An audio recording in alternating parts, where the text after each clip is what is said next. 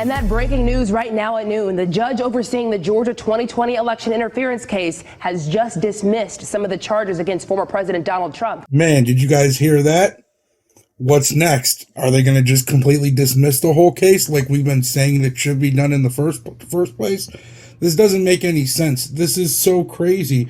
How are they just getting rid of some parts? They need to just throw the whole case out and just let the man run for president. This is nuts, though. I can't believe that she's still able to do all this, that she's even allowed to be able to try this case. This is so crazy to me.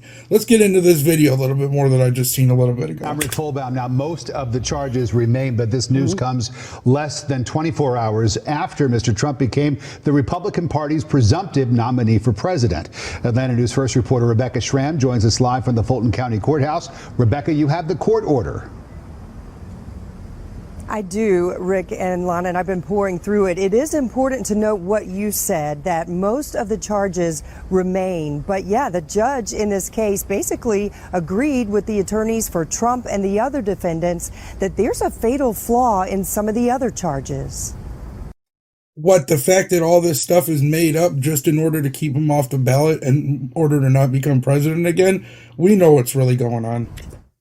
In a court order, Fulton County Superior Court Judge Scott McAfee wrote that 6 of the many counts in the Georgia election interference case against former President Donald Trump and his co-defendants must be quashed. 3 of the charges being dismissed are against Trump himself. The charges in question involve alleged efforts by the defendants to solicit elected officials to violate their oaths of office, including 2 charges related to the post-2020 election phone call Trump made to Georgia Secretary of State Brad Raffensperger. In his order, McAfee writes that prosecutors erred in the wording of parts of the indictment, noting in part, as written, these 6 counts contain all of the essential elements of the crime, but fail to allege sufficient detail regarding the nature of their commission, i.e. the underlying felony solicited. Exactly, because they're just making this stuff up in their head because they have TDS. This is called Trump derangement syndrome. This is exactly what it is. That it's nothing more. It's just an effort to keep Trump off of the ballot. That's why some of these judges, they're kind of coming to their senses a little bit, and they're like, hey, you know what?